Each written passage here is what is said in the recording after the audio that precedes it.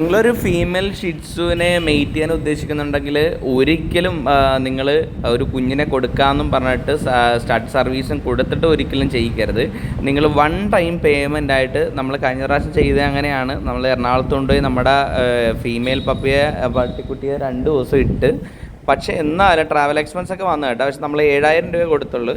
7,000 രൂപയ്ക്ക്, പക്ഷേ 5,000 രൂപയ്ക്ക് ചെയ്യുന്ന ആൾക്കാരും ഉണ്ട്. പക്ഷെ ഞാൻ കൂടുതലും ഈ ഫാദറിൻ്റെ ക്വാളിറ്റി അനുസരിച്ചാണ് നമ്മൾ നോക്കിയിട്ട് ചെയ്തത്.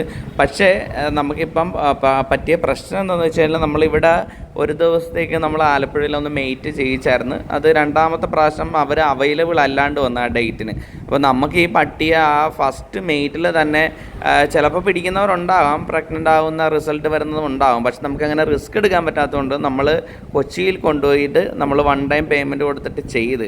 പക്ഷേ അത് പ്രശ്നം വന്നപ്പോഴത്തേക്ക് നമ്മൾ പപ്പീസൊക്കെ ഉണ്ടായി കഴിഞ്ഞപ്പോഴത്തേക്ക് അവർക്കും സംശയം അവരുടെ മെയിലിൻ്റെ ആണോ എന്ന്. അപ്പോൾ അത് നമുക്കൊരു ഭയങ്കര പ്രശ്നമായി മാറി.